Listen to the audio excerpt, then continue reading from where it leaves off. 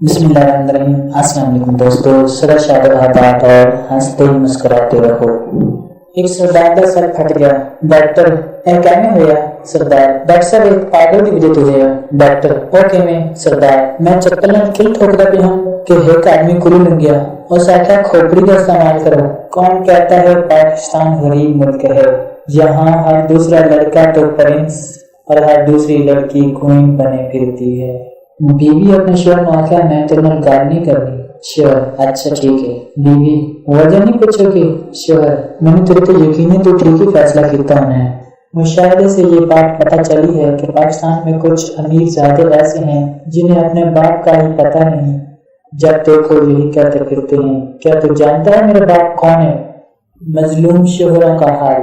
شوہر بیگم ایک کپ چائے بنا دو۔ بیوی کیا کہا تم نے؟ ذرا دوبارہ کہنا۔